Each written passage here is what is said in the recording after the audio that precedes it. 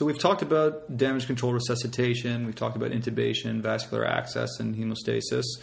Now let's turn our attention to head-to-toe pearls and pitfalls and controversies. What we're going to do is we're going to present some quick cases and talk about head, neck, spine, chest, abdo, pelvis, and extremity trauma, and just try and get some take-home points from each of those. So the first case is a 55-year-old man who presents to your emergency department from the local hockey arena where he was knocked unconscious after being boarded. Now, for those non-Canadian listeners, getting boarded is something that actually happened to me when I was a kid. And come to think of it, maybe that's why I can never remember where my car keys are. Anyhow, what happens is you get body checked from behind without warning, and usually it's by some Goliath-looking monster on skates, and your head slams into the boards at 1,000,000 miles an hour. And so this patient who got boarded comes in with normal vital signs, but a GCS of 7. Now, head-injured patients in particular require a whole other set of considerations compared to the non-head injured trauma patient. Let's talk a little bit about how we can minimize increased ICP, anticonvulsant prophylaxis, therapeutic hypothermia. So first, we talked a little bit about intubating trauma patients at the beginning, but we didn't talk about using lidocaine and fentanyl for pre-treatment for head-injured patients. What's your take on lidocaine and fentanyl as pre-treatment before RSI in head-injured patients? I don't know that the literature is all that supportive of giving lidocaine. I mean, I think we do it because, again, it's relatively benign. I think if you look at the original studies, it was patients in the ICU with intracranial pressure monitors in place, and they basically went around and gave them lidocaine or not and jiggled their ET tubes and saw the response in the ICP. So I'm not sure it's exactly the same population that we're dealing with. But do I give it? Probably half the time I do. If I've got a couple of minutes before I'm actually going to intubate the patient, I might consider giving the lidocaine. Neuroprotective agents such as fentanyl or benzodiazepines for that matter, or propofol if you want. I'm not sure, again, about the literature, but I certainly do try to give the patient something, particularly if they're a little bit higher GCS, just for if they have any awareness. I want to try to take the edge off before I start doing a rapid sequence for them. Now, how about minimizing increased intracranial pressure? What are some of the easy things we can do in the emergency department to help minimize raised ICP?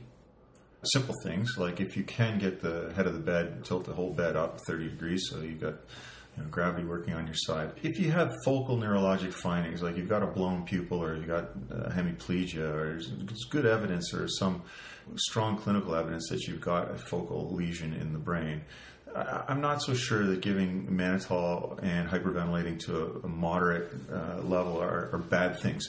They're only buying you time. So we're not going to hyperventilate the patients for 12 hours. We're going to do it to a PCO2 of maybe 35 or so, and then get the scan. And once they need a definitive surgical procedure, they get it done, and then you don't hyperventilate them anymore. I know there's a risk of vasoconstriction causing worse ischemic injury to the brain, but I still think I'd argue that moderate hyperventilation is still indicated for short term. So our neurosurgeons do give mannitol, and I think that's fine. I think there's really little evidence of any harm. I'd sort of take the opposite stance of the hyperventilation for a couple reasons. So I think again, it's not well studied. There's not good evidence to say one way or the other, but the respiratory alkalosis causing vasoconstriction, I think it's probably a real thing. I'd also argue that most patients, when they get intubated, now there's literature on this, that they probably get hyperventilated anyway.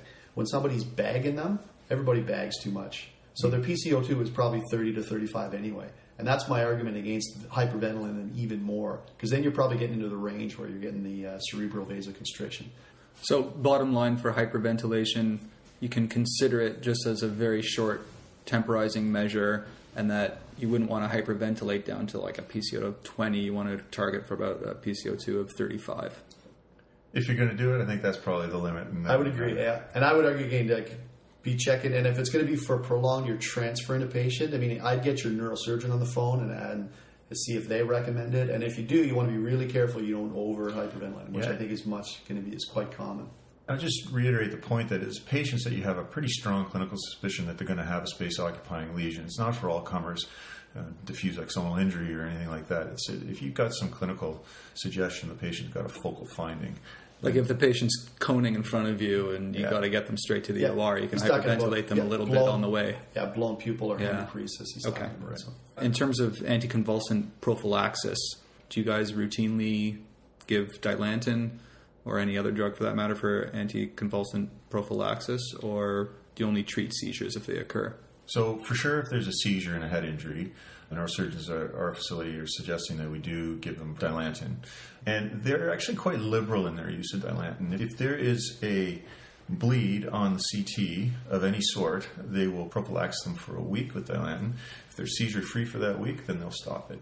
So traumatic subarachnoid hemorrhage, intracerebral bleed, subdural, anything, they just give it for a week, and if they don't seize, then they stop. And do they recommend starting it in the emergency department? Yeah, if we find something on CT, we will start it, yes. Or if the patient's had a documented seizure.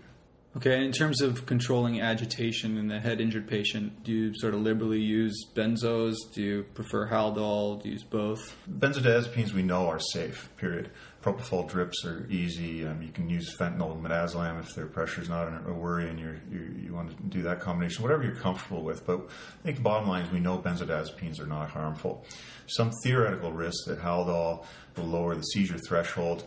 I'm not sure how real that is. Go with what you know, and benzodiazepines are safe. That's what I use. You just got to be a little careful because then they can get so sedated they start lose their airway. The good thing about Haldol, they don't seem to lose their airway as much. Watch out for respiratory depression with high doses of benzos in the non-intubated patient. Yes, correct. Okay.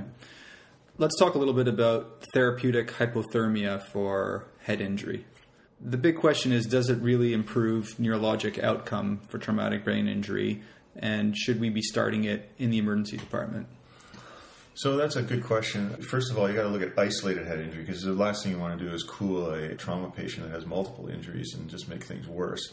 I have to admit, our neurosurgeons are not recommending that we initiate hypothermia in our head injured patients right now. The Canadian Journal of Emergency Medicine did a review that showed support for prophylactic hypothermia to 32 to 34 degrees in patients severely head injured, so those below a GCS of 8. And they showed that it did decrease mortality and improve neurologic recovery. So I'm not sure why it hasn't been adopted. Yeah, I mean, it hasn't. I mean, one thing, I imagine those were isolated head injury patients, I imagine, because Mike's right. In the polytraumatized patient, you worry, like what we talked about before, hypothermia and coagulopathy. So you'd have to sort of really just pick a focused group of isolated head, which with a really low GCS, that's not a lot of our patients. Maybe it's just something to consider, to think about. When you have a patient with an isolated severe head injury, it might be something you might want to speak to your neurosurgeon about, your ICU people about, to see whether... Exactly. I was just about to say is get your neurosurgeon on the phone, because if they're not a believer in that, then you probably don't want to start cooling them and then... So you can ask them about the octoplex at the same time as well. Yeah, exactly. And the Dilantin. Yeah.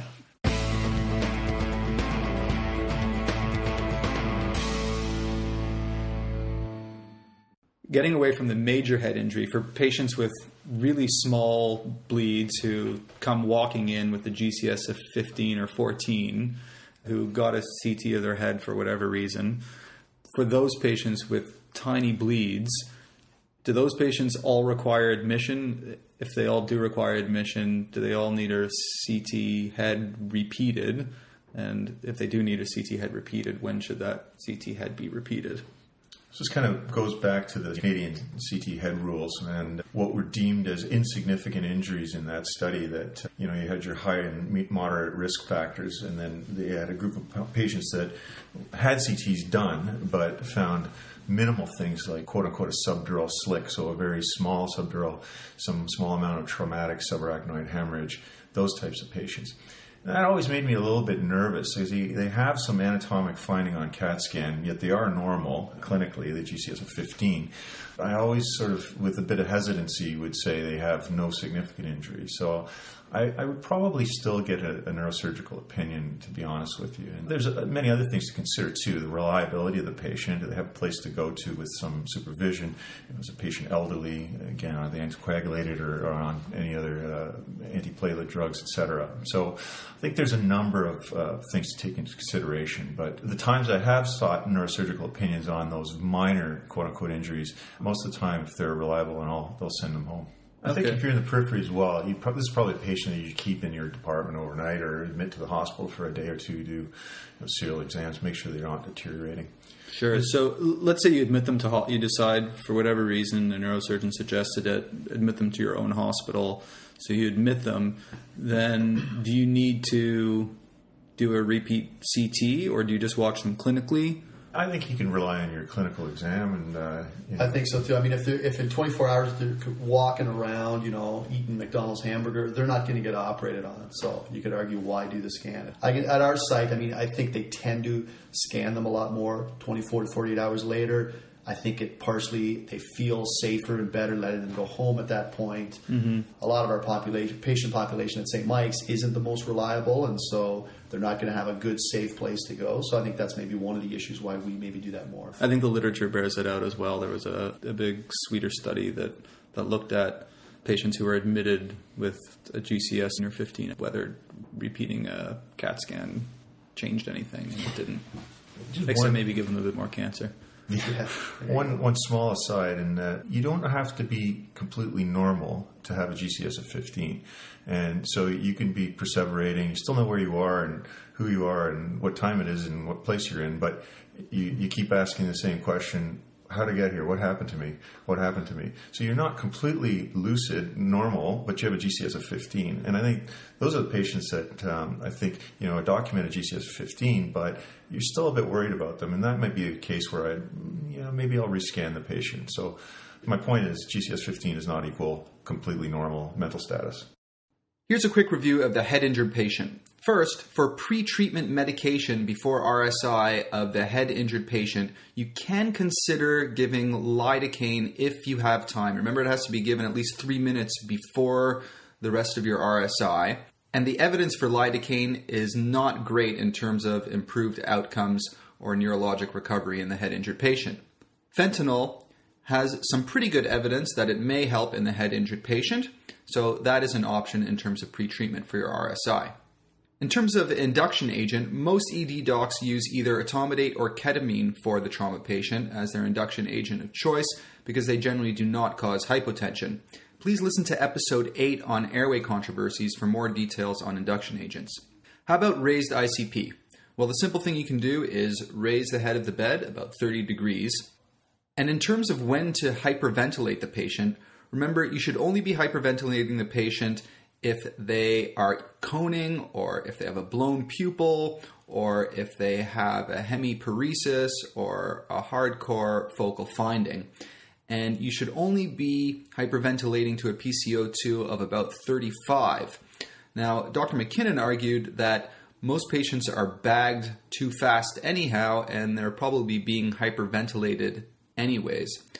So the important part is to monitor the PCO2. You can also give mannitol or hypertonic saline to buy you time before the patient gets to the OR. Remember, be careful not to over-ventilate the patient because that can cause respiratory alkalosis, which causes cerebral vasoconstriction and worsens outcomes. In terms of anticonvulsant prophylaxis, if the patient has a seizure, use Dilantin. Most neurosurgeons suggest seizure prophylaxis for patients with major head injury, and they give Dilantin for 1 week. That's usually started in the emergency department. How about controlling agitation in the head injured patient? Well, benzodiazepines are generally very safe, but beware of respiratory depression. Haldol may lower the seizure threshold, but it tends to have less respiratory depression compared with benzodiazepines. What about therapeutic hypothermia for isolated head injury? Well, there was a Canadian Journal of Emergency Medicine review in 2010 which showed that therapeutic hypothermia in the isolated head injured patient with a GCS of less than 8 did decrease mortality and improve neurological outcome, but it doesn't seem to be the standard at present. The best bet is probably to speak to your neurosurgeon and also to remember that hypothermia would be detrimental to the patient who is a multi-trauma patient who is bleeding somewhere else. What about that patient with minor head injury who is walking around with a GCS of 15, who has a tiny little subdural or a tiny bit of subarachnoid blood? Do they require admission? Well, most of these patients probably do require admission, but it depends on many things. whether they're taking anticoagulants or antiplatelets, how reliable they are. Regardless, you should probably get a neurosurgical opinion.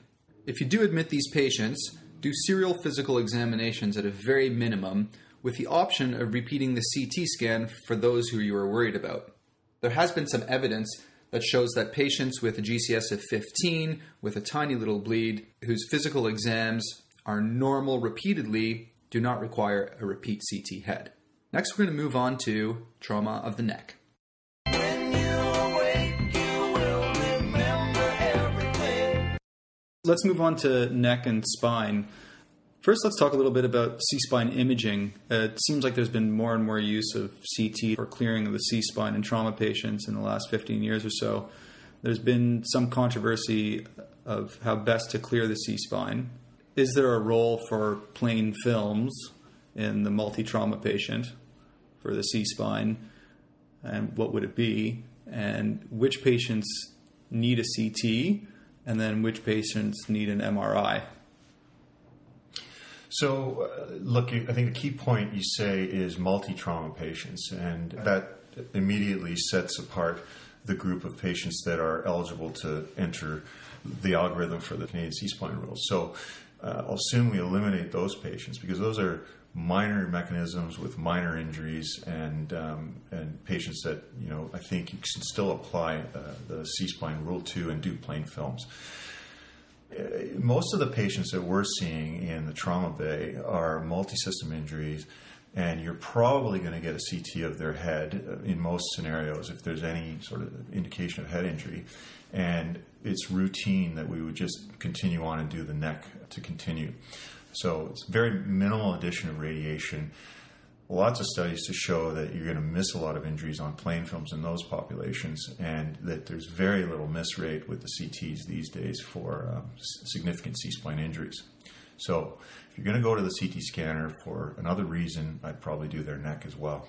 In that obtunded patient who you can't get a history from and you can't examine their C-spine properly, for those patients with a negative CT, do you need to go on to MRI to clear their spine? So there was a good, decent-sized study that came out that said if you have a completely normal CT scan, and this is not just no fracture, but no soft tissue swelling, no gaps in where the ligaments are, things like that, then their incidence of having a ligamentous injury is really, really low. So they came to the conclusion that those patients this collar could safely be removed, even though you can't do a proper sort of have the patient flex and extend their neck and look left and right like we normally like to do. So the feeling was those patients could safely have their C-spine collar removed, C-spine precautions. I mean, keep in mind, they're in an ICU bed, they're obtunded. Nobody's flopping their neck around anyway, so actually their neck is staying relatively still. So if there's the occasional patient that actually has a ligamentous injury that they didn't see on CT, you're probably not going to cause much harm anyway. When they do wake up, you're going to sort out that they're still having a lot of neck pain, and I think that's the whole reasoning behind it. Okay, and what about the T and L spine? Are there rules of who we should be x-raying and who we shouldn't? I guess that would be the first question, is who needs imaging in the first place? And then the second question would be for patients who are getting a CT of the belly and or chest anyhow, is it good enough to do reconstructions on their CT abdomen and chest, or do you have to do dedicated spine CTs? So let's start with the question of who needs to be imaged. So it's a good question. I guess I'd start off by saying T and L spine injuries, like fractures that need operative management, are actually relatively uncommon. Probably L spine are more common, but T spine injuries, they're well protected by the ribs. They're relatively uncommon. So of course, the old days, before we would scan these, we would examine. We'd actually see if there's any tenderness, do a rectal exam and see if there's any neurologic abnormalities. And then if you're worried, you would do a plain film. And then if you saw an abnormality on the plain film, then you'd move on, like you'd CT that. And we'd even actually CT just the area that they had the injury, or that you suspected the injury on. That was kind of the old style. Then as CT scanners got better and more people got scanned, now when you do a CT scan of the thorax, abdo-pelvis, you can do recons of the T and L spine. So essentially get probably better than an x-ray without any extra radiation for the patient. So that's what everybody started doing. Now my one little problem with that is what's eventually evolved is we used to do a lot of CT abdomens and feel that we didn't need to do a CT scan of the thorax. because you could see what you needed to on the chest x-ray, which was, is their aorta look okay, and do they have a hemopneumothorax? Nowadays, it's just the whole concept of the pan scan has come on, where you're doing head right to the pelvis. Everybody's getting a thorax CT scan. We're probably underappreciating how much radiation they're getting, how much extra. Again, we might not find this out for 20, 30 years. So now it's become standard. You have to clear the T-spine by doing a CT scan of the thorax. In a lot of patients that we probably wouldn't have done the CT scan otherwise. So I guess I'm sort of deviating a little bit going on this bandwagon, but I think that sort of so-called clear the T-spine, we're doing a lot more CT of the thorax that we didn't need to or we wouldn't have done before. We'll get back for a rare injury that rarely needs an operative management. I'll get back to the spine in a second, but I think the reason that we are doing a lot more chests is because we're getting some surprises in the mediastinum in rare patients that have, pelvic fracture, and then you find they've got an aortic injury as well. So, it's almost a protocol where if you're going to do an abdomen, you're going to do a chest as well, just to make sure that everything looks okay. And the bonus is you get the spine done. I think if you have a relatively low energy mechanism, or you've got an isolated finding clinic like a tender thoracolumbar junction, that's perhaps a time where I do a plain film. So a guy slips and falls on his buttocks and he's got low back pain, or he falls like 5 feet and lands on his bum and he's got some low back pain. That's probably where I do a plain film first if he's tender, and then move on to a CT. I wouldn't necessarily need to scan his abdomen or his chest for that. But so I think, given the mechanisms of injury and, like you say, focal tenderness, those would be indications for plain films. Realizing the fact, though, that a lot of the times, if you really are worried about it, the plain films are inadequate and the images aren't very good, and you end up CT scanning these patients anyway for a highly suspicious patient. You do your plain films first, and then if you're still worried about the patient, then you'd go on to a dedicated T or L spine. And the multiply injured patient who's really sick, you're going to be scanning their abdo and probably their abdo-pelvis and probably their thorax as well, and the recons are good enough. Yes, then you can just forego plain films. So let's say you've got a patient who you believe has a spinal cord injury. Is there good evidence for using steroids like methylprednisolone for patients with a known spinal cord injury? The practice definitely is not to. In any case, it's never given. There's sort of the famous, the history of that was a case, and I think it was California, where somebody had a bad spinal injury and a bad outcome, and they sued and they got a huge settlement. I think it was $20 million or some $30 million, ridiculous settlement. And then about 15 years later, the literature saying it's no benefit and potentially some harm. I'll refer you to an article. It's by a Canadian neurosurgeon named Hurlburt from Calgary, and I think it was in 2001. The history of this is the NASA's trials 1, 2, and 3. He does a really great job of doing a critical appraisal of all the papers that studied methylprednisolone, particularly in steroids and spinal cord injury, and systematically sort of tells us why these studies were flawed and why the evidence is probably not there to give steroids. One being, increased pulmonary complications and infection. The functional improvement that these patients had was significant from a statistical standpoint, but from a clinical standpoint, if you went from wiggling your baby finger to wiggling your thumb and your baby finger, you got a statistical improvement in your outcome, but not really a functional one. So there was a great price to pay for small amount of benefit. The other thing is the NASA's 3 trial, which was the final sort of one that showed the 2 protocols for the steroids. There was no control group. There was just 2 trial groups. So I think, that's a pretty major flaw in a randomized controlled trial.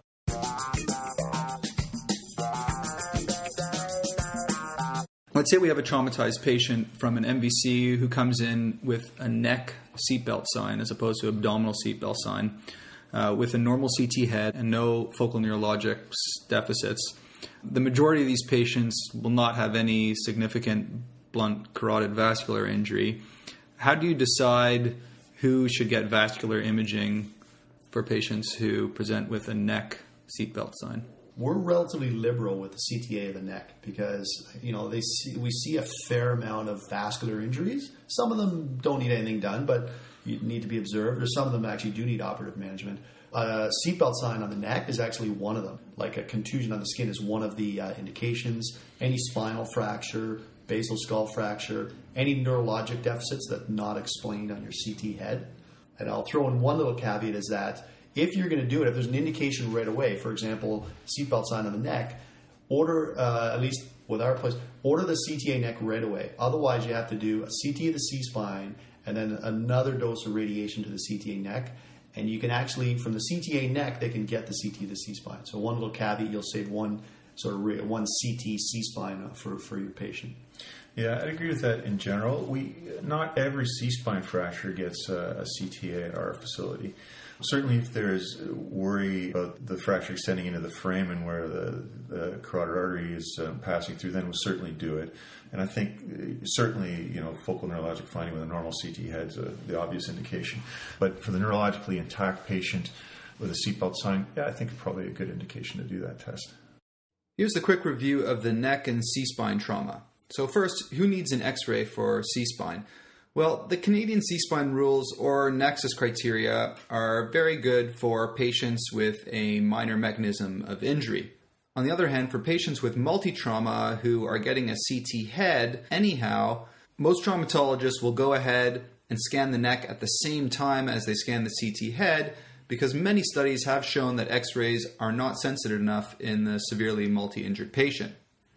A normal CT neck in the obtunded patient can safely have their C-spine collars removed, and when they eventually wake up in the ICU, a determination can be made at that time based on symptoms and physical exam whether they need to go on and have an MRI. There are recent guidelines that state that MR imaging is no longer required to clear the C-spine, as the negative predictive value for CT is about 99% for ligamentous injury and 100% for unstable C-spine injury. How about T and L spine? Who needs imaging there? First, it's important to remember that T-spine injuries that require operative management are quite rare. For patients who have a minor mechanism of injury and focal tenderness in the T or L spine, start with the plain film and go on to CT if the plain films are abnormal. For the trauma patient who has multiple injuries and is getting a CT thorax and abdomen anyhow, the radiologist can do 3D reconstructions for the spine, which are very good at ruling out significant T and L spine injuries. Remember that presently there's no good evidence for methylprednisolone or steroids for spinal cord injury because there's no good clinical improvement and because there is an increased chance of secondary infection. For patients with neck seatbelt signs, while the majority of these patients will not have carotid injury, they generally should get a CTA of the neck, which should be ordered up front with the CTC spine so they don't get radiated twice. Other indications for CTA of the neck include focal neurological signs that aren't explained on the CT head, as well as basal skull fracture and some C-spine fractures. Next, we're going to talk about chest trauma.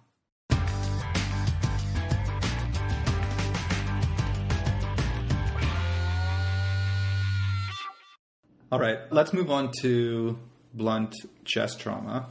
A quick case, we got a 78-year-old woman who presents to your emergency department along with 4 other passengers who were on a public bus that had to stop suddenly to avoid a crash. She reports having hit the right side of her chest on the seat in front of her. Her initial vital signs are normal, and a chest x-ray reveals 2 rib fractures. Her abdominal exam is benign, including a negative fast, and she's got no other injuries, let's say. How would you manage this patient, and how would you manage this patient differently than a 25-year-old patient? I think this case is good to bring up isolated rib fractures. So first of all, I presume we've worked up for everything. I mean, anytime I see, for example, right-sided rib fractures, I want to make sure there's no liver injury. Left-sided, I'm worried about the spleen. So assuming I've ruled that out, and we decide it's just isolated rib fractures. So it is a different kettle of fish, I think, in the elderly versus the young people. Specifically the elderly with lung disease like COPD.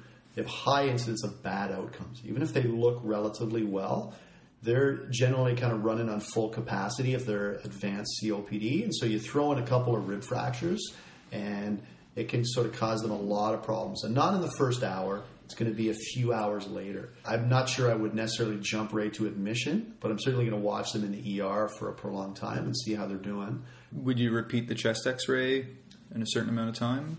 Not necessarily. I think the more important thing is to see sort of clinically how they're doing, and are they getting a lot of pain and having a lot of trouble breathing. Greater than 3 rib fractures in elderly patients is associated with a significant morbidity and increased mortality, I think, as well. So I think once you're, above 3 rib fractures, probably looking at, maybe considering admission for a little while. So beware of rib fractures in elderly patients, especially multiple rib fractures. Multiple rib fractures in patients greater than 65 years old have a mortality 5 times as high as patients less than 65 years old. And the more rib fractures, the higher the mortality. Displaced rib fractures put patients at risk for delayed pneumothorax, and those patients should probably get a repeat chest x-ray in 3 to 6 hours. Even a simple non-displaced rib fracture can lead to atelectasis and pneumonia, especially in the elderly, if pain is not treated appropriately and good instructions for frequent deep breaths is not given. Chest x-rays can miss up to 50% of rib fractures. So next, Dr. Brzozowski and Dr. MacKinnon are going to talk a little bit about using ultrasound in the ED for picking up pneumothoraces.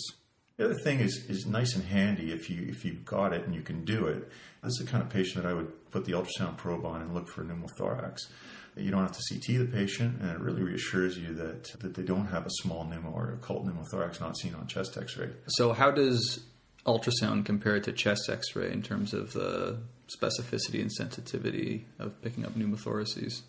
I think it's been shown recently in the literature. It's a great tool. I don't know the exact numbers, but it certainly picks up far more that you'll see on chest x-ray.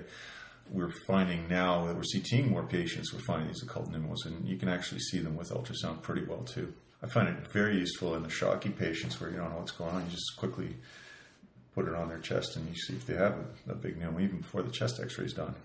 And probably the 78-year-old who at 4 hours has a tiny pneumo with a couple of rib fractures, that's probably going to be admission, and that might be your decision whether to admit or send home. Okay. We touched on this earlier, but let's talk a little bit about chest tubes. In spontaneous pneumothoraces, they often give numbers like 3 centimeters from the apex or 15% pneumothorax. Those are the ones that require chest tubes. I mean, the trauma patient's a whole different kettle of fish. Any pneumothorax that can be seen on chest x-ray, you would put a chest tube into. Let's say you don't see a pneumothorax on the chest x-ray, but you find an occult pneumothorax on the CT. Which of those patients need chest tubes? Yeah, I think probably most of us would watch those. If they're not intubated, not going to the OR, you could probably safely watch those. I think most of us would probably agree. They're generally going to be in a pretty closely monitored setting. If they deteriorate, they can always repeat the chest x-ray at some point if they need to.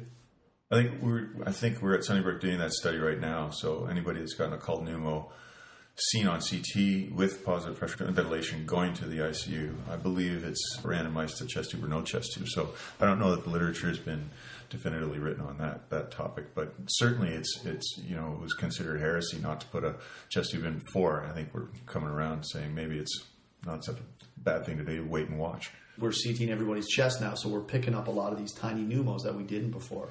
Which I'm sure they all did fine. We didn't have a rash of tension pneumothoraces, at the time. So. Yeah, I guess the other, just to mention again, the caveat about if the patient has multiple problems and the last thing you want is them to develop a tension pneumothorax, and then you got to put a chest tube in. If they've got other injuries which may cause hypotension or cause them to be unstable, you might just want to put the chest tube in on a sort of quote unquote prophylactic basis, just to make sure that is out of the equation, and then you know that that's not the reason they're crashing. I'm a fan of putting in the chest tubes really high. I go nipple level or higher. This whole thing about putting the chest tube really low to sort of facilitate drainage, not really a big fan of that. I think you're just risking going under the diaphragm. And most of these patients, while they have their chest tube, most of them are supine anyway. They're not up walking around in the first couple of days anyway. There's a little pearl I picked up in Australia was the Brits and the Aussies talk a lot about this triangle of safety. It's actually a great little study one of the residents did there, and he took a picture of a guy with his arm up and he's laying on a stretcher, and he asked from medical students all the way up to consultants, he said, put an X on the chest where you think you should put the chest tube. And he got a whole pile of X's all over the place. And there's, if you look it up, you Google the triangle of safety, it shows the proper placement for a chest tube is one, above the nipple line, like you say, between the nipple line and the axilla, and then anterior to latissimus dorsi, so you're avoiding the long thoracic nerve, and then medial to the, or posterior to the pectoralis muscle. So it's a nice little easy way to remember where to put the chest tube. So ED bedside ultrasound is great for diagnosing pneumothoraces. In fact, the sensitivity is about 98%, while the specificity is 99% for pneumothorax compared with CT. If you look at the sensitivity for chest X-ray for pneumothoraces compared to CT, it's only 75%. Remember that a pneumothorax can often be absent on the initial chest X-ray, so some experts suggest repeating the chest X-ray to detect a delayed pneumothorax. What about these occult pneumothoraces that can be seen on CT or ultrasound but not on chest X-ray? Currently, the evidence suggests that probably observing these patients with high-flow oxygen is pretty safe and that you can avoid having to put in a chest tube for these occult pneumothoraces. Next, we're going to talk about abdominal and pelvic trauma.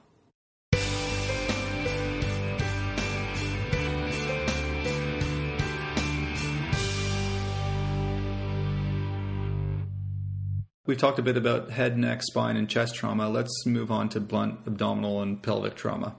Why is the abdomen so important to evaluate thoroughly in trauma? Well, the failure to appropriately evaluate the abdomen has been identified as the most common significant error in trauma management, which often leads to catastrophic outcomes. So let's throw a case in here. You're the ED doc in a small community hospital, and a 25-year-old woman, front passenger in an MVC, arrives in severe hemorrhagic shock and decreased level of consciousness with an abdominal seatbelt sign. When you get to the examination of the bony pelvis, you gently put compression on the iliac crests, and they seem like they're mobile. What are some of the more subtle clues of a pelvic fracture or an unstable pelvic fracture that we should be looking out for? Clinical exam. So what you've already done is just gently pushing on the pelvis. And they talk about, the proper way. Start with pressure from the outside, and then if that's stable, then you move in. I mean, I'm not sure that has a big effect, but yeah, you should probably be careful when you're examining the pelvis. I think of a couple patients with hematoma in sort of the groin, and of course that makes you more specifically worry about an arterial injury in the pelvis, like an arterial bleed with a pelvis fracture, which of course we worry about a lot more, be unstable quicker. I think any other ecchymosis that you're seeing, if you sort of consider your fast part of your physical exam, I mean, if you're seeing fluid in the pelvis, you're worried about a pelvis injury. You'll blood at the penile meatus and large scrotal hematoma. I'll take it one step backwards and say even, mechanisms of injury. So you got a driver that's T-bone on the driver's side. I'm thinking lateral compression, pelvic injury right off the bat, or somebody's fallen off a building and land on their one leg. They've got a vertical shear until proven otherwise.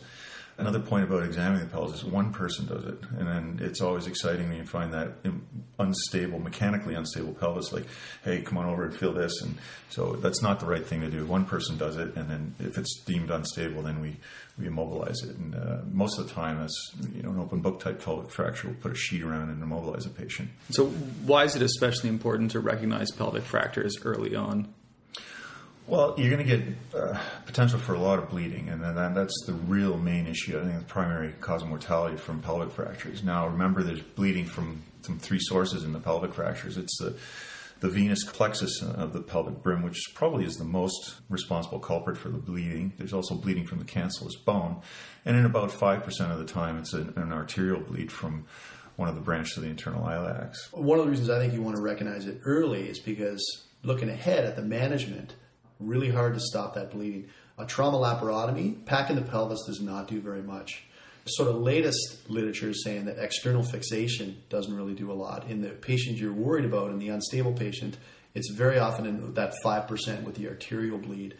And so putting an external fixation doesn't really splint that artery per se. So angio's really been the way to go. I mean, we've been more liberal with angio in the last few years now. And so the one problem with angio is it's really hard to set up. It's not available in 5 or 10 minutes like the OR. They've got to get a whole team in. They've got to, if it's evening or nighttime, they're not there. They've got to get people in from home, warm up all the equipment. So you're looking at, a good 45 minutes would be quick if you can get it that quick. So that's why I want, is because I want to activate the angio team pretty quickly if I'm worried. The patient's really unstable, and that seems to be their main injury. Let's say you were advising the small community emerge doc about this patient. What would you tell them about the immediate management of this potentially unstable pelvic fracture? So ABCs, make sure everybody's secure, or if they need to be. Jump to C. I mean, I think the patient makes sure they've got a couple large bore IVs at least and good venous access. And probably immobilization of the pelvis. It's not appropriate in all scenarios, but for most, we want to immobilize. It's not necessarily compress. So if you have a lateral compression injury, you don't really necessarily need to tighten the pelvis up anymore, but you just want to immobilize it. The open book is the one where you want to reduce the volume of the pelvic space so that there's essentially trying to tampen out the bleeding. A little point about that is most people just use a sheet. The placement of the sheet is often not in the right place. So you want to actually go around the greater trochanters and then tie the sheet in the front as tightly as you can using some surgical clips if you have that available, or if you have a proper pelvic binder, that's another option to go. But it's lower than you'd think. It's over the greater trochanter that you want to apply the Yeah, it's a good point, because when you examine, we're pushing mostly on the ASIS, and so that's where people think you'd put the sheet, but you're absolutely right. It's lower. It's the greater trochanters, just the most effective way. So we actually have pelvic binders, just basically a fancy version of a sheet. Okay, and then what are some of the key things you're looking for on the pelvic x-ray? Do you have any sort of pearls for interpreting pelvic x-rays? That's a tricky one, because as far as I know, there's not a huge correlation between what you see on your x-ray and the hemodynamic status of your patient. You can have a very minimal pubic ramus fracture and you nick the obturator artery and you're exsanguinating from that pelvic fracture.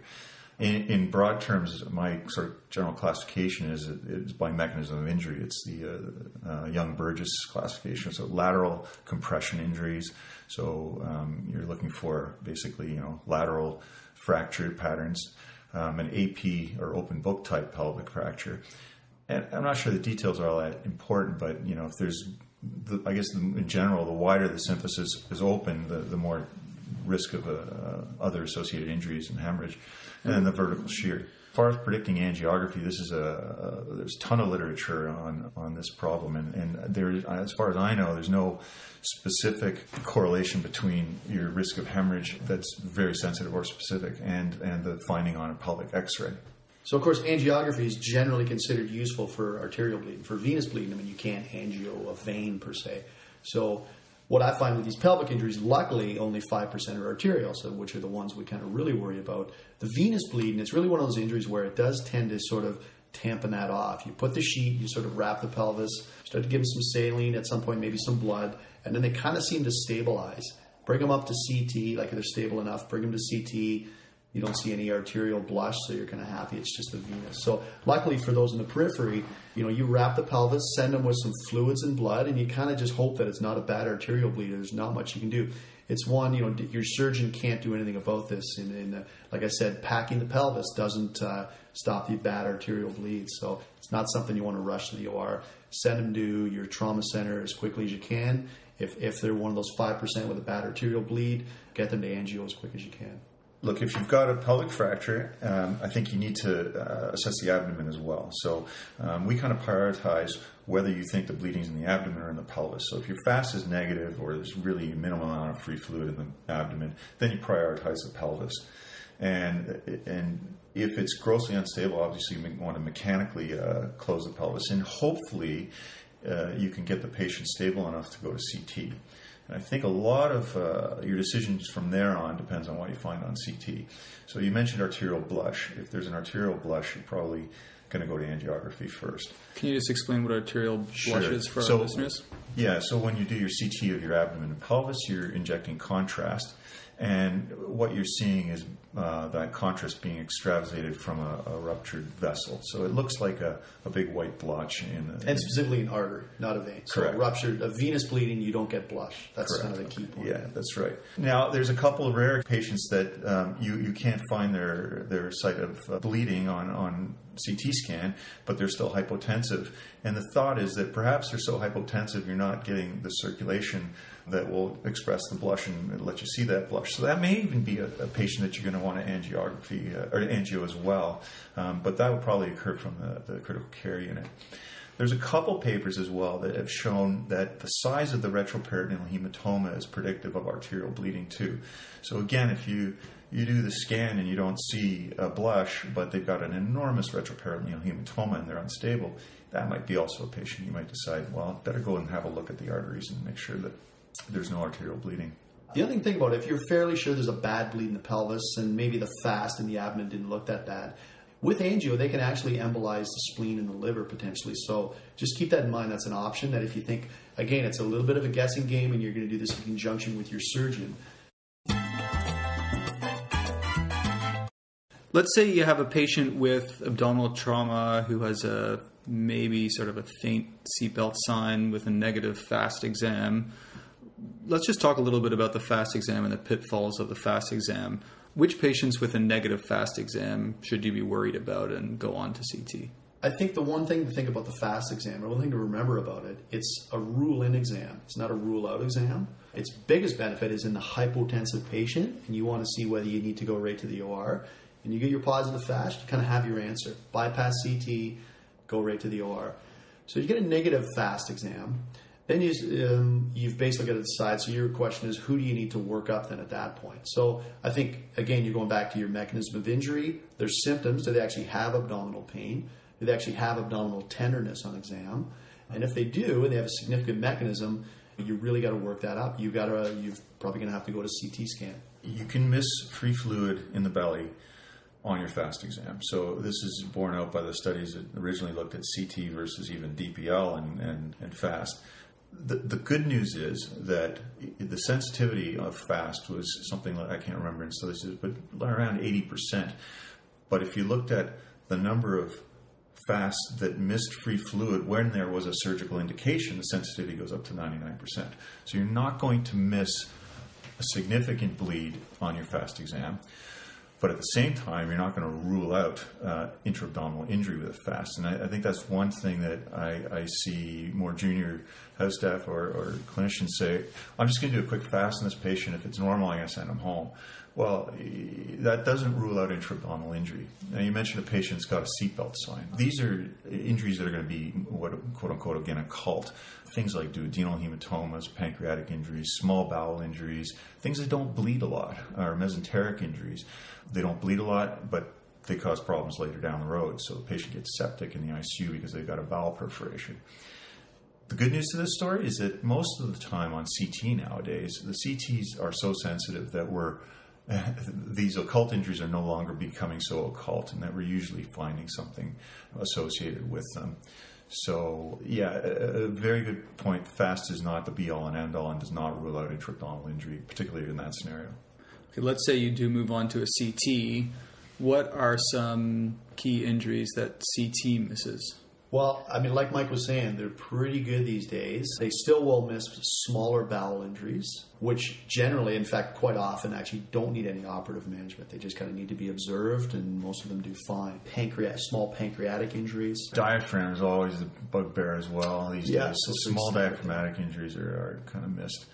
You have to be careful as well that not all CT scans are created equal, and you have to have your clinical suspicion guide the protocol that you're going to use for your CT. For example, penetrating trauma. If you've got a stab wound to the flank or back, that's a patient's going to need what we used to call triple contrast, now double contrast, but it's going to need rectal contrast as well to look for that retroperitoneal colonic injury.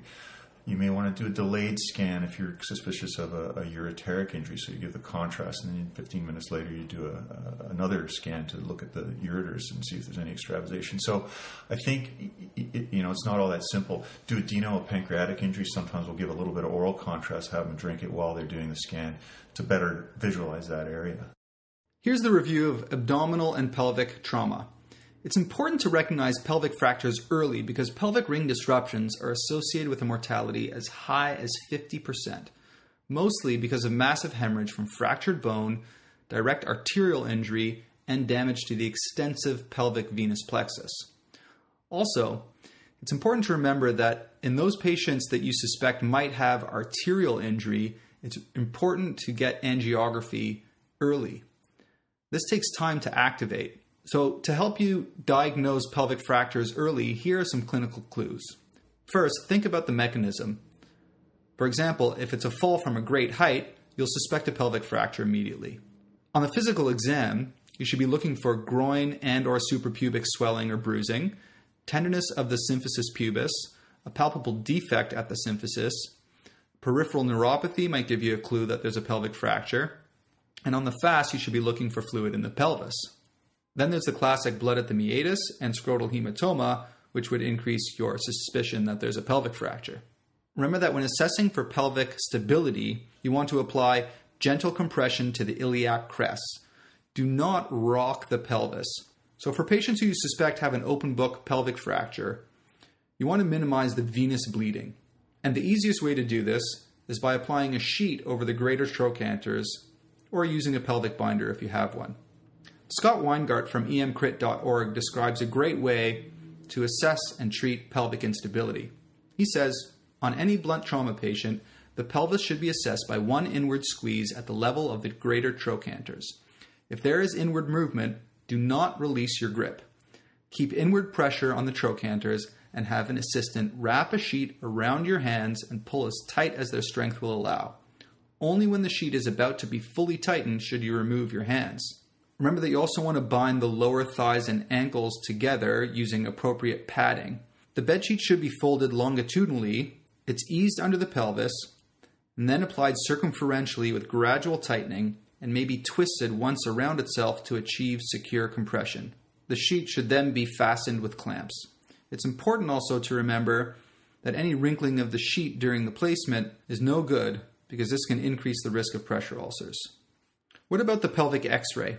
Please look at our written summary for a good classification system for looking at pelvic X-rays. Remember that the wider the symphysis, the more likely that there will be a bad bleed. Otherwise, the pelvic X-ray really has poor correlation with the degree of bleeding. Other predictors of arterial bleeding are blush on the CT and a large size of retroperitoneal hematoma. Some pearls about the bedside ultrasound or FAST exam in the trauma patient. The FAST exam has most benefit in shocky patients with a positive FAST who go straight to the OR. If the FAST is negative and there's a worrisome mechanism, you still need to go on to CT. FAST can miss free fluid that's under about 200 cc's. The FAST can miss bowel hematomas, mesenteric injuries, pancreatic injuries, and diaphragmatic injuries. However, it is good to know that the sensitivity of FAST for surgically significant bleeds is in the high 90s. Well, if the FAST misses a bunch of injuries, what about the CT? It can miss pancreatic injuries and it can miss small diaphragmatic injuries. Remember when you're ordering a CT for a trauma patient to use double contrast for penetrating injuries and consider delayed contrast if you want to rule out ureteric injuries. Next, we're going to talk about penetrating extremity trauma.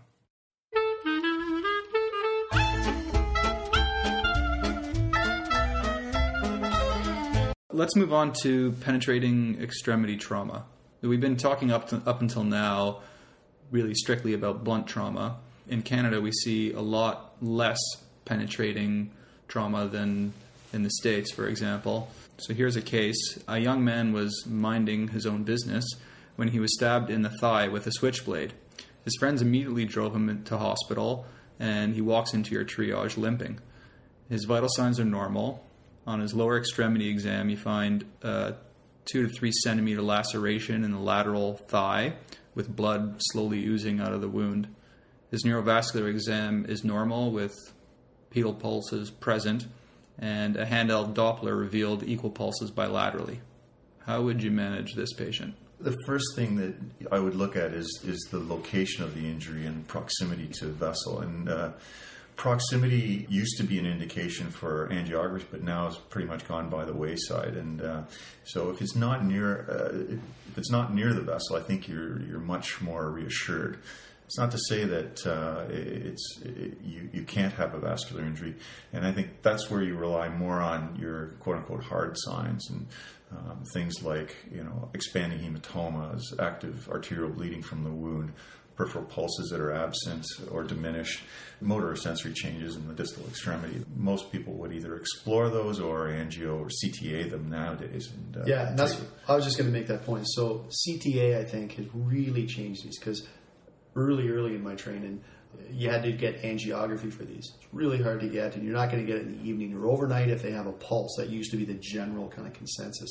So, I mean, I think as a result, harder tests to get, I think we probably missed a lot of these small arterial injuries that went on, aneurysms or rupture or, ischemic legs and things like that. I think with the advent of CTA, which, again, CTs these days, really good, get a really good picture. I think our threshold for doing those, you probably agree, Mike, is just a lot lower. The bigger question is if you're in a setting that doesn't have CTA that's readily available, how are you going to decide? And I think the older tests that we use are more difficult, cumbersome to use, and probably not as reliable. Things like differential pulse pressures in a wound that's not near a vessel and you have a normal neurologic and neurovascular exam in that distal extremity, you can probably wait, and if you're still worried, you can probably send the patient down to a center at some point in the absence of hard signs. Yeah, and I certainly feel, I've worked in, smaller hospitals, and it's a tough sell, other end of the phone, you're hearing, what, the guy's got a pulse and you want to send him down. Right, so one of the things you can do is an ABI. Can you just describe how to do an ABI? Basically, you're taking the pressure in the upper extremity and the injured lower extremity and comparing the ratio. And if the difference is greater than 10%, the systolic pressure in the lower extremity is about 90% or greater, you can be somewhat reassured. Or even, I think it depends on where your threshold is. 95%, there's probably more likelihood there's no injury in that lower extremity. I guess it's just in that case where you're in a small community and you're trying to convince the receiving doctor to transfer them. You could do an ABI and say, look, it's really... if you get an abnormal one, I think you're stuck if it's normal. Certainly wouldn't rely on it. Normal ABI, you're not sending them home if you're worried. I think a note to be made of high-velocity injuries. They're different kettle of fish than your handgun injuries or your stab wounds. So they cause a great deal of cavitation, and the potential for vascular injury is far greater, and also for shotgun injuries. So you've got massive pellets everywhere. I think that it's almost a no-brainer, slam dunk, got to get a CTA on those patients to make sure there's no vascular injury. So the major pitfall in penetrating extremity trauma is reliance on a Dopplerable pulse to rule out vascular injury. The femoral artery is the most commonly injured vessel. When it comes to vascular injury, it's good to know the hard signs of vascular injury and the soft signs of vascular injury. The hard signs, which have a 100% positive predictive value for vascular injury requiring the OR, are 1. Severe active bleeding, 2. Shock, 3. Large palpable expanding or pulsatile hematoma, 4. A palpable thrill or audible bruit, and 5. Distal ischemia, based on the 6 Ps. The soft signs for vascular injury are a small, stable hematoma, minor bleeding, proximity to major vessels, and adjacent nerve injury. If your patient has soft signs of vascular injury, then do a CTA and go from there. In the next segment, Dr. MacKinnon and Dr. Brzozowski are going to review the transfer of the trauma patient from a community hospital to a trauma hospital.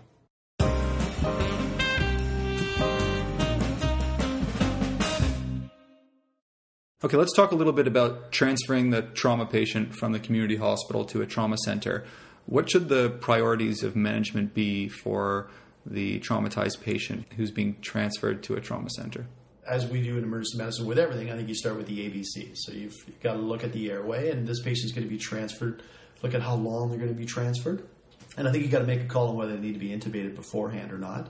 In general, I think probably the rule is you'd have a slightly lower threshold to intubate in the periphery if you have a transfer, because you're not going to be watching that patient as closely. And even if you go in the ambulance with a patient, that's really difficult en route. Not a very good controlled setting to intubate in. You don't have all the extra difficult airway equipment. So it's probably the main caveat about the airway.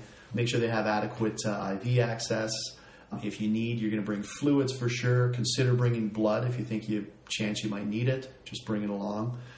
In terms of workup at the original center, I think it depends on what sort of patient we're talking about. If we're talking about the really sick patient you just laid eyes on and in 5 seconds you know right away this patient's got to go to a trauma center because of mechanism or their condition, I think probably all you really need is a chest x-ray, maybe a pelvis x-ray, but a chest x-ray for sure.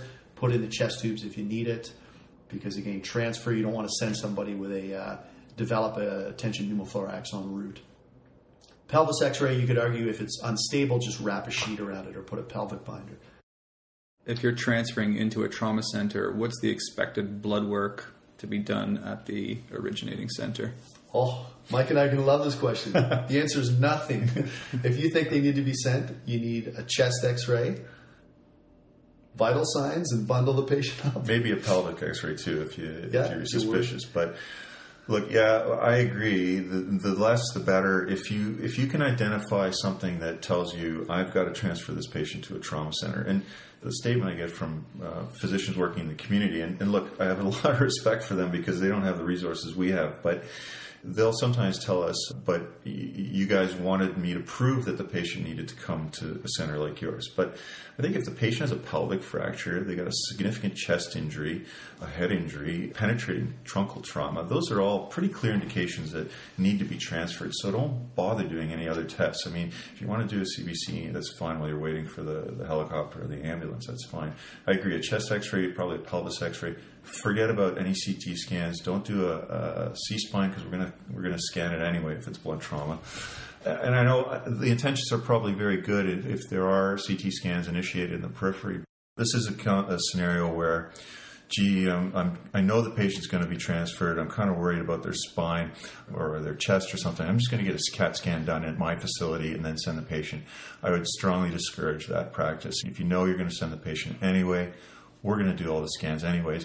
And our protocols are probably a bit different than some peripheral hospitals where they may not do the recon formats in the peripheral hospital. So just another dig in there for, please, if you're going to transfer patients, don't bother with the scanning. We'll do it all. And I remember I gave a talk on sort of trauma in the non-trauma setting, and one of the sort of studies I quoted was looking at patients getting re-CT'd. And basically, it was about 50% of the time what the CTs done in the periphery were repeated. Very, very high. I mean, you could go through all the different ones. So the CT head, so our neurosurgeons, they want the most current CT head to make their decision. So even if there was a bleed an hour or two ago in the periphery, they want to see what it is now, because maybe it's stable and they don't have to operate, or maybe it's worse. So they end up doing a CT head again anyway.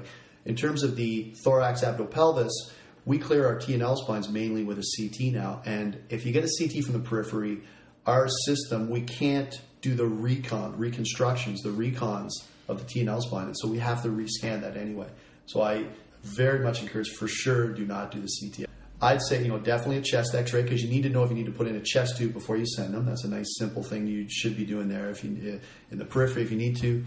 Pelvis x-ray plus or minus, a lot of would argue, if it feels unstable, just wrap a sheet. That's all you're going to do anyway. If it doesn't feel unstable, even if there's a fracture, you're fine just to send them anyway. Maybe the last thing I'd say, this is the rare patient that's really unstable. If you can do a fast, and I think most ERs in the periphery now have sort of capability to do a fast in the ED. If you have the really unstable patient, let's say they've ruptured their spleen, and you have surgery at your site, that's the rare case that probably your surgeon should be coming to see if they want to, it shouldn't be a splenectomy, but do a damage control laparotomy before you send that patient. Because it might be 2 or 3 hours before they get onto our operating table with all the transfer time and everything. And that might not be enough time. There's the rare patient that will bleed out very quickly and die in the first hour or two. And so it's just important to recognize that sort of case. Do your fast and call your surgeon and say, I've got the trauma center I've talked to. They're going to accept. One of the key things is when I get, it's very rare, but I'll tell that ER physician, I'm happy to accept that patient for sure. We have the bed, because I think the surgeon in the periphery feels a lot more comfortable. They know there's a bed to go to after, because they're, complex care, and there's probably other injuries as well, but they probably really should have a trauma laparotomy before they come. Yeah, that's a pretty rare occasion. That's a rare case, but it's important to know about, because you don't want to send that patient and have them die en route. A couple of the things I think you need to consider is, like you mentioned, the distance and how long the patient's going to be en route. And if you have an option of either transferring by land or air, it's often difficult to decide. I think my general rule of thumb is if it's going to take an hour and a half or less by land, it's probably more efficient if you have an ambulance available to do it by land. If it's greater than that time period, then the helicopter becomes more efficient. And that's just a ballpark figure that we've sort of kind of recognized the fact that it does take time for the helicopter to get activated and get up to the scene.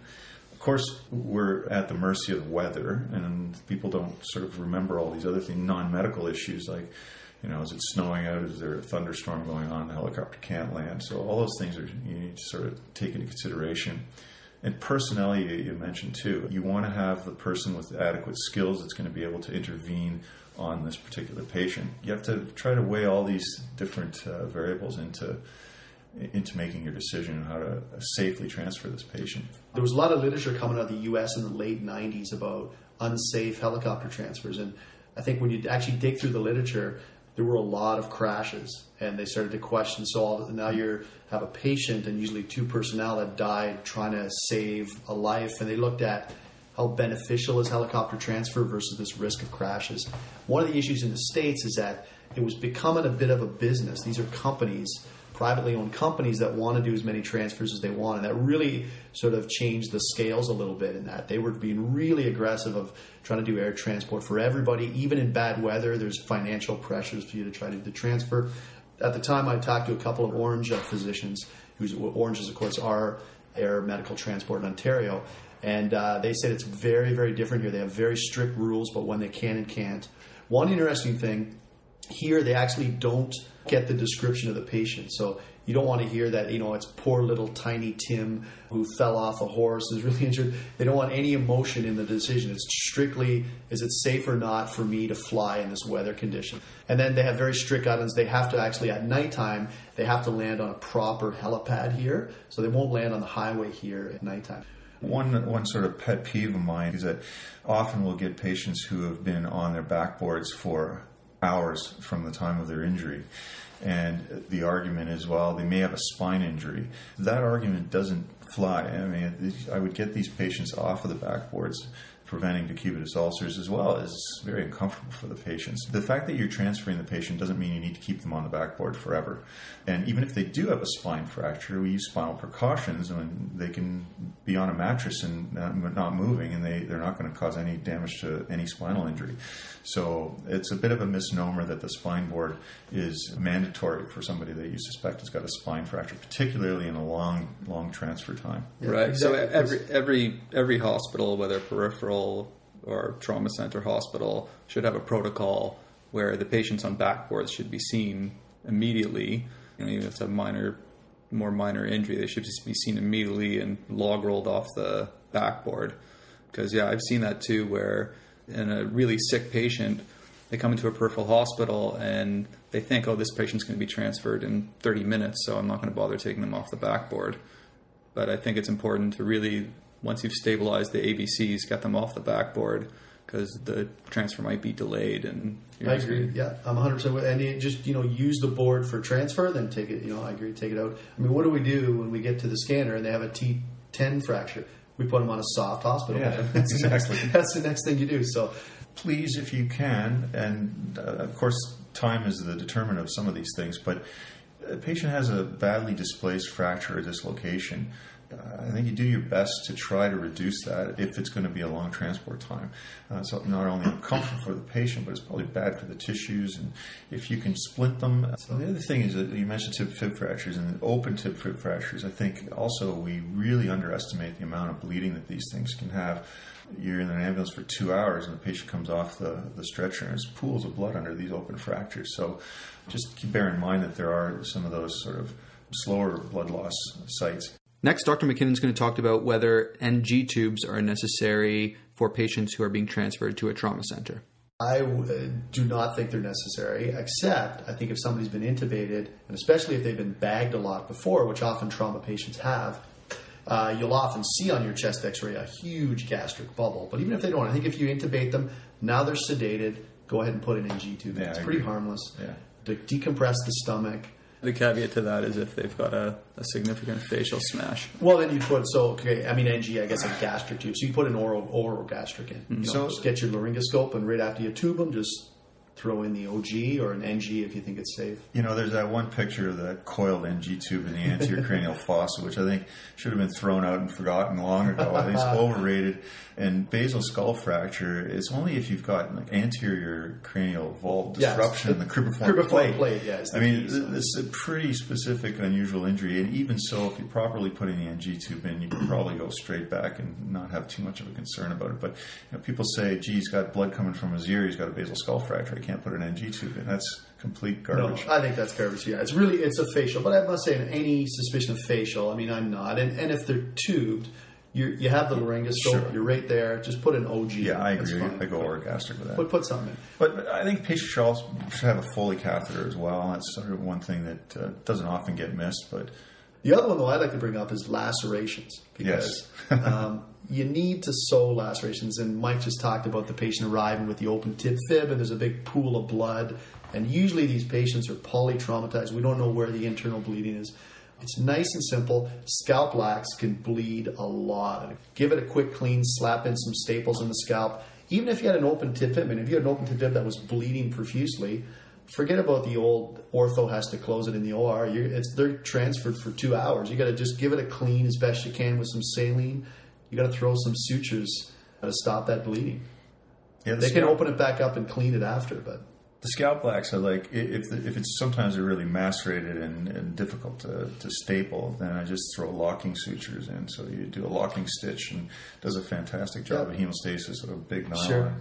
So I'm just going to review transferring the patient to the trauma center now. Have a low threshold to intubate patients when you know that they're going to be in transfer for a long time. You don't want them to run into trouble during the transfer. For very sick patients who need to be transferred, do a chest x-ray to see if there's a pneumothorax. If there is one, put a chest tube in. And consider a pelvic x-ray if you're suspicious of a fracture. Some would argue that you can skip the pelvic x-ray, and if the patient is in shock and you suspect that there's an open book pelvic fracture, that you tie with a sheet.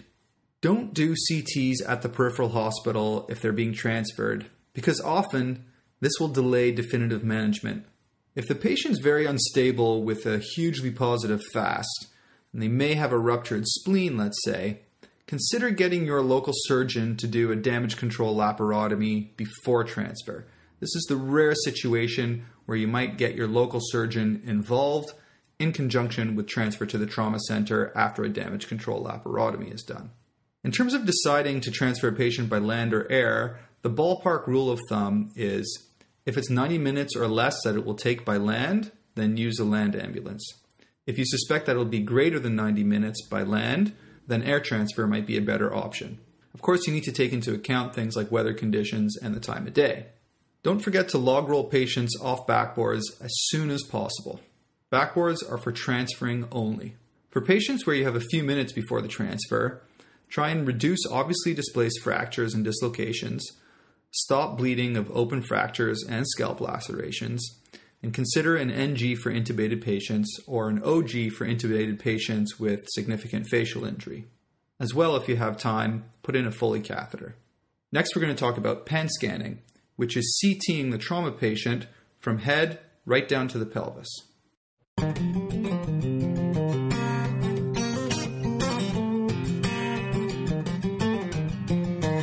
One last question before we go is, where do you stand on the pan scan approach to major trauma patient?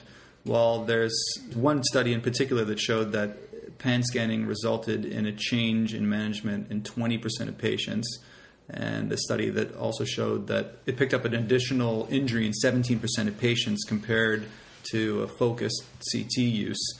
A single abdominal CT can increase the chance of lethal cancer by around 1 in 2,000 on the other hand, and there's also been estimates of unnecessary imaging for trauma patients that's in the price range of about $17 billion a year just in the US. So where do you stand on pan scanning? For the major trauma patient, should they be pan scanned or should we be sticking with focused CT use? Can I go for me first? Yeah, go. I think Mike and I are both ready to jump on this one. So I actually presented that paper at one of our trauma rounds as well. And I think it might be one of the most dangerous papers out there where you can sort of twist numbers. When you really look at it, and I mean, a lot of people have said this about the paper, Their change in managements were trivial, probably didn't mean anything. Didn't really say whether they actually examined and determined the patient, a physical exam, and seeing who they would have scanned anyway. They just kind of blindly did this pan scan, and now it's sort of, some degree, it's becoming a bit accepted, which scares me a little bit. I talked a little bit before, I think maybe the one scan we can avoid a lot, or it's not necessary a lot of the time, is a CT of the chest. If we're not worried about the aorta mechanism, we're going to see any hemopneumothorax on chest x-ray.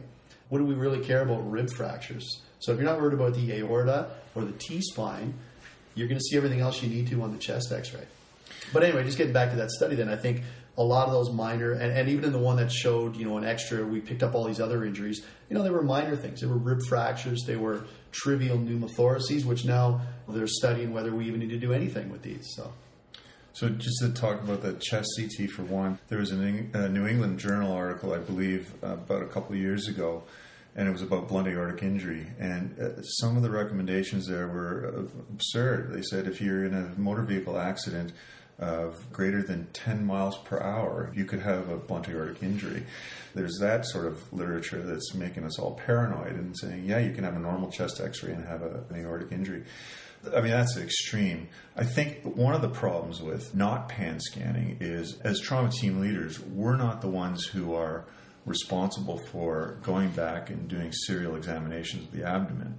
So I've got an alert and oriented patient that has a significant mechanism of injury, normal vital signs, and I'm in a peripheral setting and I don't have a CAT scanner. What am I going to do? Well, I'm either going to transfer the patient or I'm going to keep the patient, do serial vital signs, maybe serial hemoglobins and serial examinations. But the surgeons, and I don't blame them, but they don't want to have that responsibility of going back for 24 hours and examining this patient over and over and over. I'd rather just do a scan and find out there's no bleeding, and now I can rest assured and I can sleep at night. So I think part of it is the fact that we don't want to use our clinical judgment. And in some cases, of course, clinical judgment is pretty unreliable, for example, with the abdomen. We probably should be a little more selective in our approach to pan scanning, but at the same time, we are the end of the line. We're the last resource that's going to look at this patient and rule out injury. There are so many factors into this. It's all the pressures to sort of do these scans and rule them out. Let's say you have a patient, I'll just give you an example, an MVC, and they come in and they have basically abdominal pain and maybe pelvis pain, and they've got a little pelvis fracture, and you CT their abdomen. And they go upstairs and somebody says, well, did you clear their C-spine? You say, well, yeah, they had no neck pain, and I examined it, and they moved it around, and they had no pain, and I cleared them clinically. And then you sort of get the old, well, they had a pelvis fracture and a spleen injury and a rupture, and you didn't rule out a C-spine fracture. And so anyway, there's all kinds of pressures from different sources, and some people think if they have one injury, you've got to just suddenly rule out every single injury in their body. And I don't know, it's taken a little bit away from clinical judgment. Right. And I think maybe, again, as I said before, you might not know the full effect of this for 20 or 30 years. Agreed. I mentioned this before, but I practiced in Australia a couple of years ago for a year, and their approach was very different. And when I suggested you should scan this patient head to toe, I got these radiologists would call me and say, what are you doing? So their approach was very different, and it was if you were intubated, you got a pan scan. If you were unable to clinically judge patients' conditions, you got a pan scan. So obtunded, intubated patients all got it. The others, which were alert, and even if they had distracting injuries, they would not pan scan, but they would do more use of plain film, so for C-spines, they would do that, and they would do more selective imaging like you suggest, so do either a chest or an abdomen or a head, and serial examination. So there are different cultures around the world that have different philosophies towards this. Ooh, what a wonderful world this could be. Ooh. And for this month's quote of the month, I'd like to give you something from Jessica Stern, which gives you a little bit of an idea of what it might be like for our trauma patients. Some people's lives seem to flow in a narrative. Mine had many stops and starts. That's what trauma does. It interrupts the plot. You can't process it because it doesn't fit with what came before or what comes afterward. A friend of mine put it this way: in most of our lives, most of the time, you have a sense of what is to come. There is a steady narrative, a feeling of lights, camera, action, when big events are imminent. But trauma isn't like that. It just happens. And then life goes on. No one prepares you for it. Very good. No, this was fun. Yeah, thanks very much. And Anton, thanks for having us. Yeah. Before we wrap up this episode, I just want to announce that Emergency Medicine Cases is available now on iTunes. So if you go to iTunes and in the search box, you just put Emergency Medicine Cases Podcast, will come up as the first result, and just click on it and enjoy. And until next time, take it easy.